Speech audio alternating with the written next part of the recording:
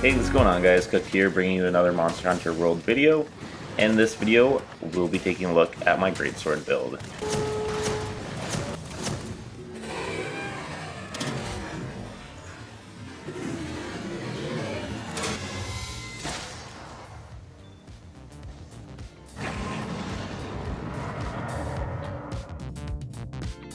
And there you have it, guys. As you can see, this build does pretty crazy damage. You're breaking parts off the monster, you're cutting off their tails, you're doing some serious stuff. And I figured, after doing 2 support builds, it's time to get into a build where we can do some massive damage and actually be in the front lines destroying some monsters' faces.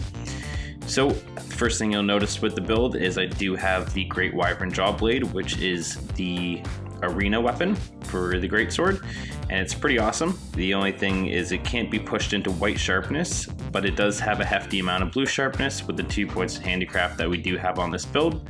As you can see, we're consistently hitting around 716 for our true charge hit, just like that one. Well, not just like that one. If you don't crit though, you're still doing, around 550 damage, which is pretty great. But this build does have quite a bit of crits, so most of the time it'll look like something like this. Bam, awesome. Great, so now we've taken a look at the damage a little bit, let's take a look at what we have going on. So, of course, we have the Great Wyvern Jaw Blade, and then we have our Attack Charm level 3. We have our Dragon King Eye Patch, the Damascus Mail Beta, the Diablos Neros Braces, the Near Gigante Coil Beta, and the Death Stench Heal Beta. And then for your mantles, you can kind of run whatever you'd like, maybe an Impact Mantle, Vitality Mantle, Rocksteady are all good choices, or even maybe an Affinity Booster. So let's take a look at the decorations that we have in here. So first of all, we have the Elementalist Jewel, which boosts non-elemental weapons.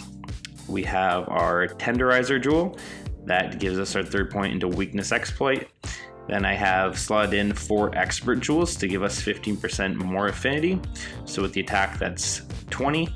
And then I have 2 Critical Jewels, which boosts our critical damage. So when we crit, the damage that we do is increased by 10%, which is a pretty big buff to your damage when you consider, the numbers that you're hitting with the Great Sword. And then I just have 2 Attack Jewels slotted in to get us to Attack Boost level 7. And as you can see, we have that Critical Eye 4, Weakness Exploit 3, Focus 3, Critical Boost 2, Handicraft 2, and Non-Elemental Boost.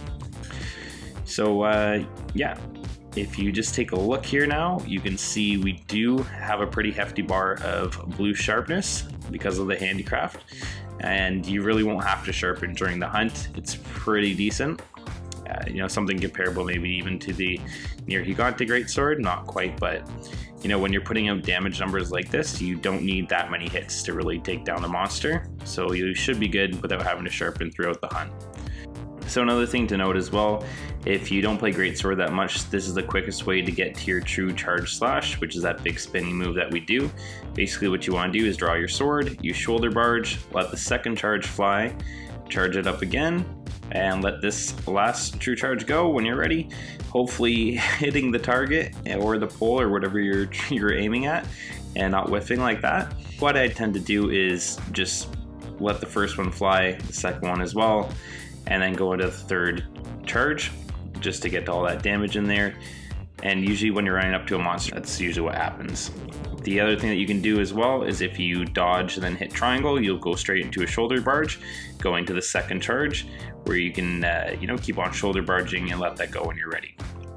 Now, another thing to mention is that we do have level 3 focus, and basically what that does is increases our charge speed. So charging up the power of our swings is a lot faster, and some people say it's not that necessary, and to an extent I kind of agree, but I do like the faster playstyle when it comes to the quicker charges. So it makes you hit a little bit faster.